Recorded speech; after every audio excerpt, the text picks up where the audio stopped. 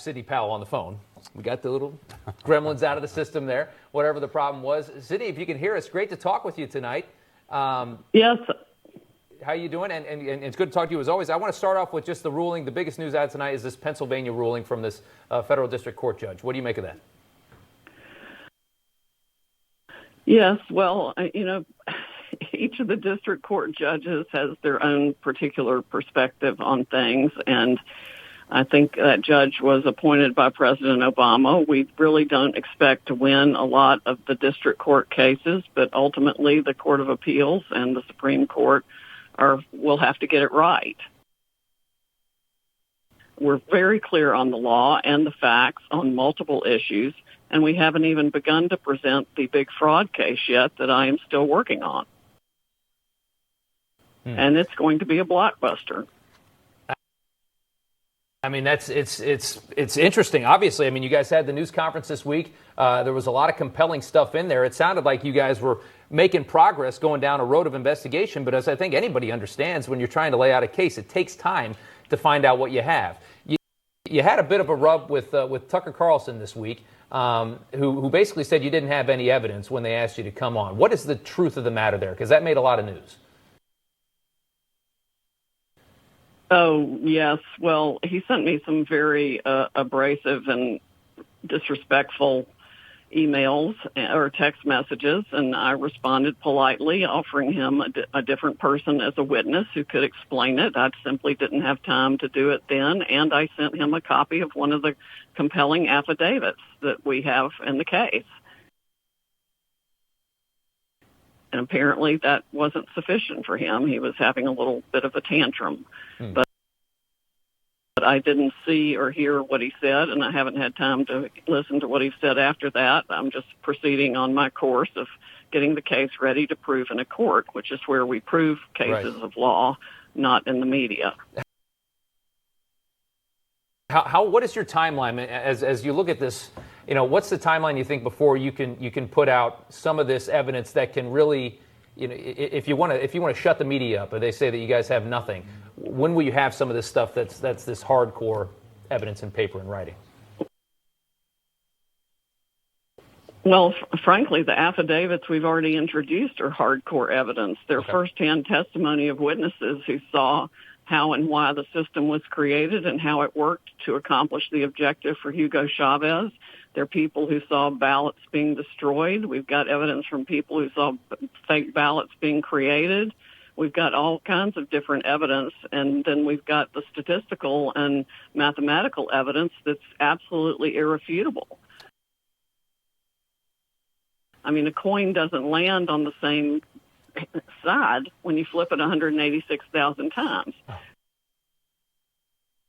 You can't just inject 86,000 Biden votes and expect anybody to believe those are real, and they're not. When we see, no matter how you analyze the statistics, whether it's a predictive model or the actual data as it comes in, it doesn't hold water. And we've got other testimonial evidence that appears to be coming in now to indicate the Democrats literally added 35,000 votes to every Democratic candidate to begin with. 35 in any particular state, or you say 35,000 where? We've got it definitely all over one state, and I would be willing to bet it happened everywhere.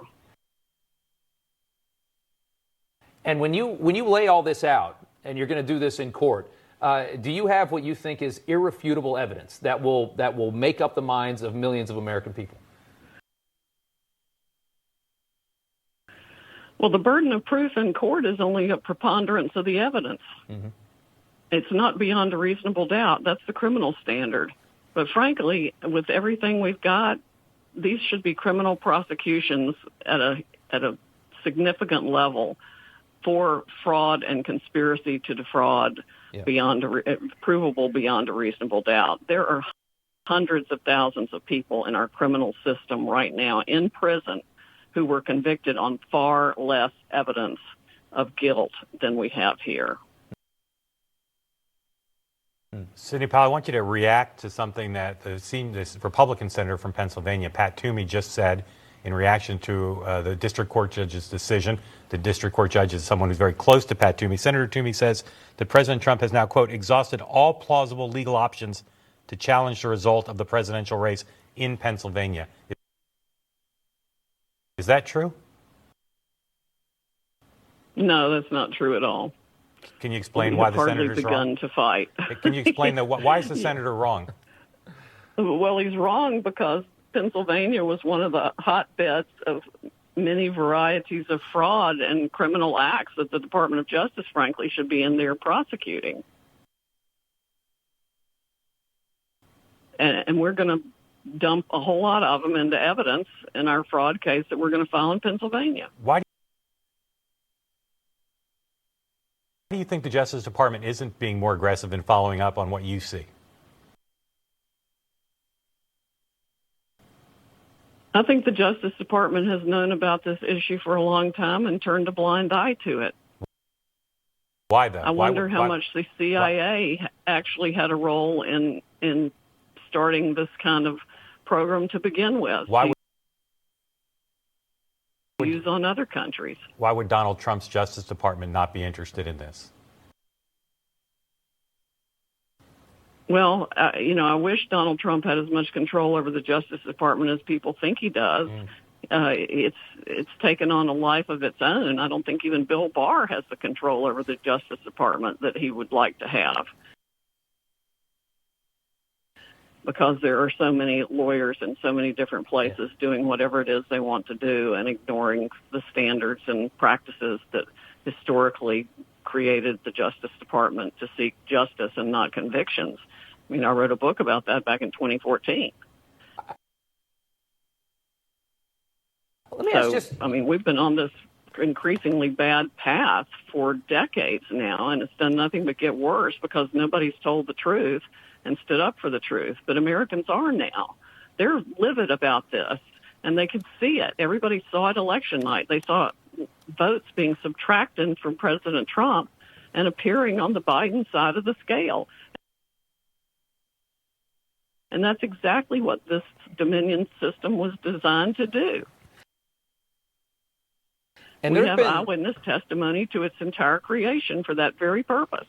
There have been warnings about this system. We were talking about it earlier, Sidney. I mean, you had Senators Warren and Klobuchar that made a big stink about the 2018 midterms, saying that they don't trust Dominion, that they saw evidence that votes could be switched using these systems. These are Democrats who ran for president.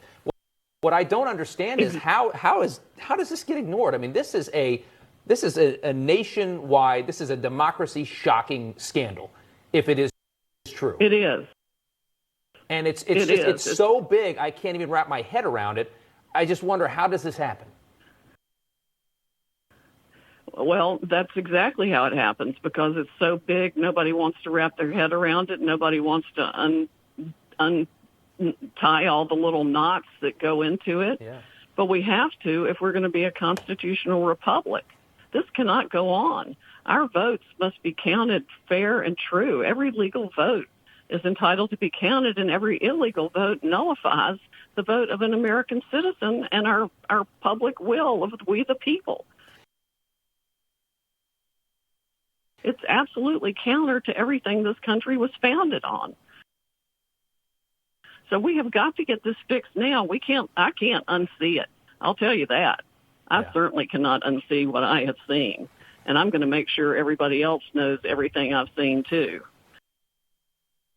Because we've got to hold our government institutions accountable and do better than this by each other. And it does cut across both political parties.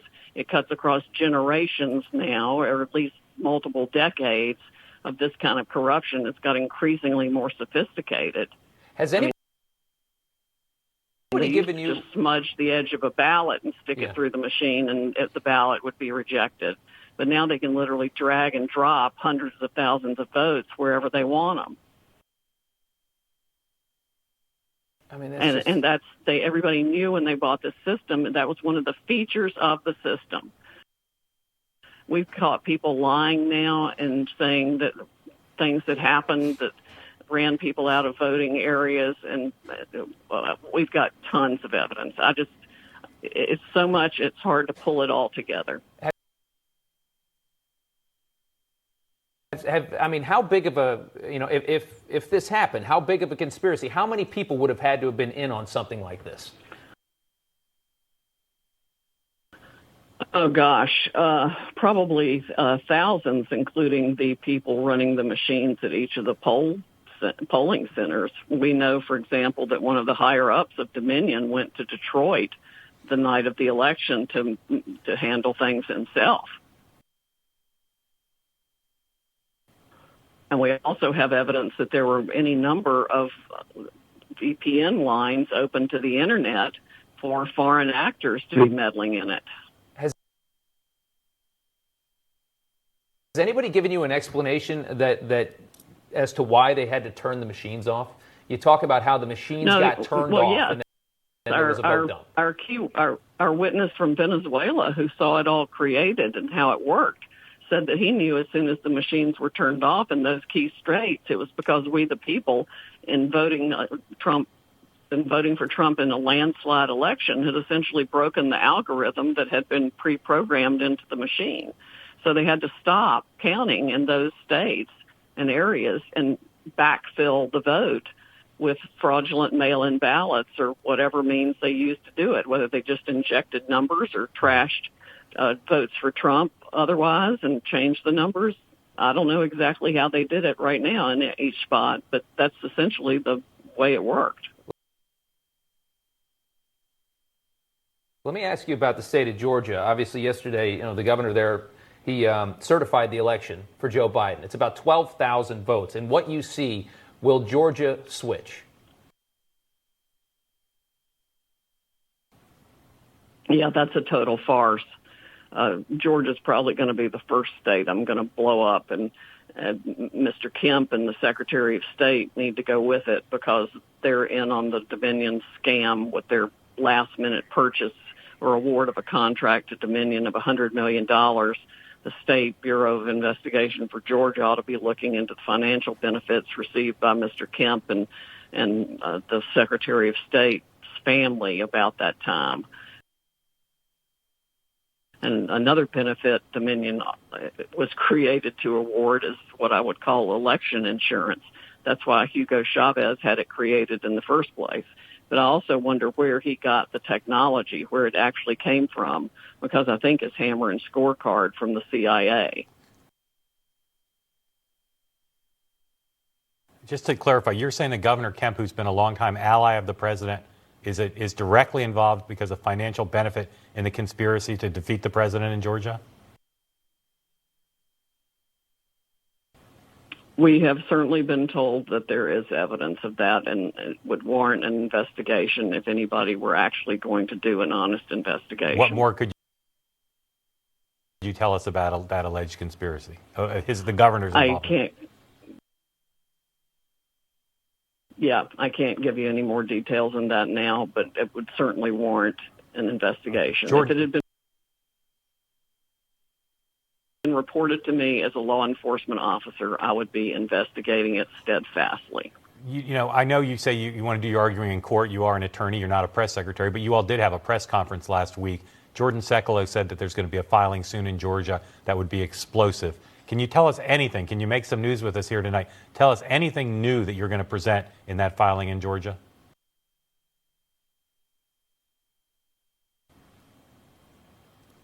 Well, I can't say that yet, but hopefully this week we will get it ready to file. Sidney, it will be biblical. Biblical. What is the state where was it the worst? From what you see and what you're alleging, what state was switched the most? Oh, that's really hard to say. Georgia is extremely bad. We've got ballots being shredded, ballots being thrown out in trash bags, lying by people working in the center, the votes being switched, the algorithms being run. You name the manner of fraud, and it occurred in Georgia. These are in the Atlanta area counties, those counties, Fulton, DeKalb. Yeah, I think the algorithm ran most probably across the country. Can I say that for sure yet? No, I can't say that for sure yet, but it looks that way. And it looks like 35,000 votes were added to every Democratic candidate. You also talked about this ability of the system, and I thought this was so interesting when you said it, that it can take a vote and it can make a vote for Biden worth more than a vote for Trump. Do you think that that happened, or is that another part of the system that maybe wasn't used? No, I think that definitely happened. I think that was the first step with the system, to weight the votes so that a Biden vote is worth 1.23, say, and a Trump vote is worth the rest of that. And so the Trump vote is about 3/4, and the Biden vote is 1 1/4. And that way, you can see the reports and the records of fractional numbers for the votes. Yeah, it's nuts. It is. I mean, everything you're alleging, frankly, is nuts, which is why I think you're getting so much scrutiny and so much criticism. But if it's true, and we don't know, and that's just a simple thing, is that we don't know yet if it's true because we can't see what you've seen. I want to ask you about Michigan. Michigan's a bigger margin than the rest of them. It's like 100 and maybe 150,000. What are you seeing in Michigan?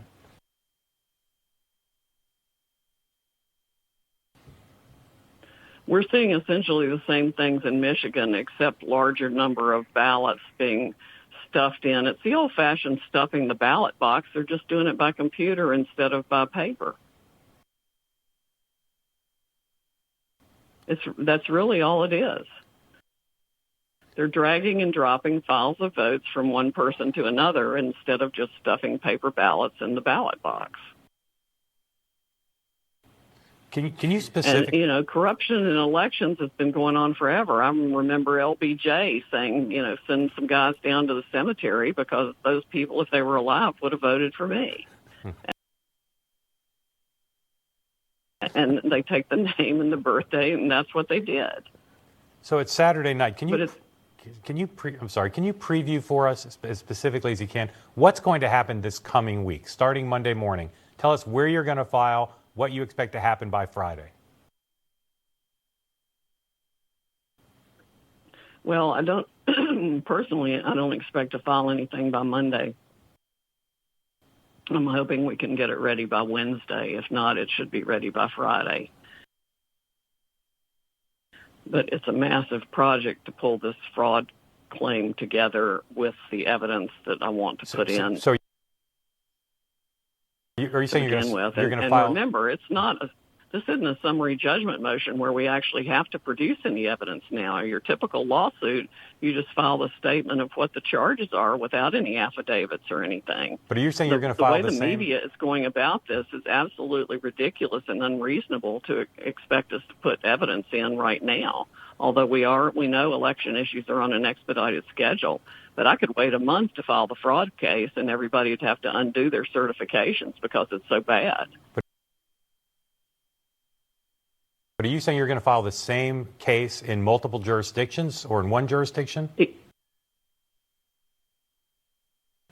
Each one's a little bit different depending on what happened in the state.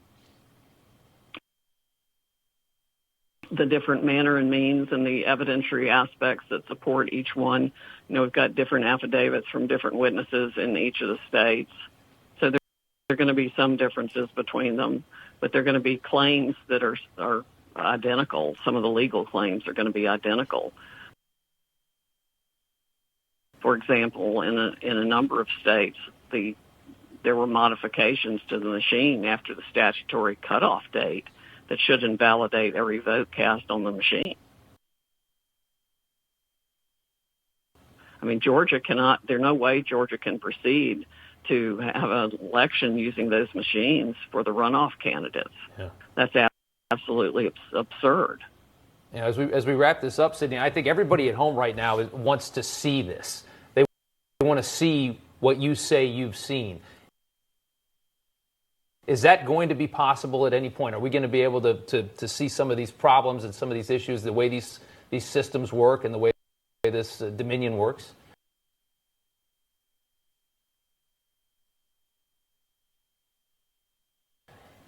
Yes, and there's actually evidence online now. I mean, we need to try to get our website up to date with the complaints that have already been filed.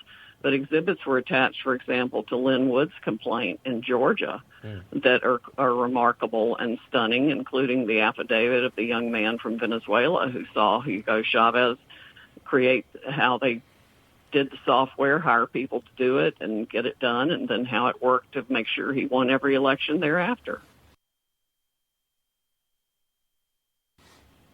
That's crazy. What it's designed to do.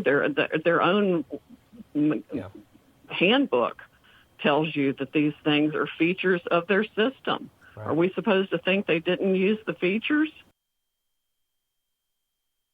Heck no, they used them. And they used them against their own candidates. The Democrats used them against Bernie Sanders in 2016. And somebody even told him what had been done to him when Hillary Clinton won that primary, and he didn't. And instead of standing up for the American people and the right to vote, he sold out. You're saying Dominion, the Smartmatic Dominion system was used in 2016 when Hillary beat Bernie in the primary? Yes. Wow. I don't think we had heard that yet. That's an incredible development right there. And you say he knows that. Bernie Sanders knows that. Yes. The person who sent me the data told me that they informed Bernie Sanders of all their findings, and he didn't do anything except get enough money to buy another fabulous house.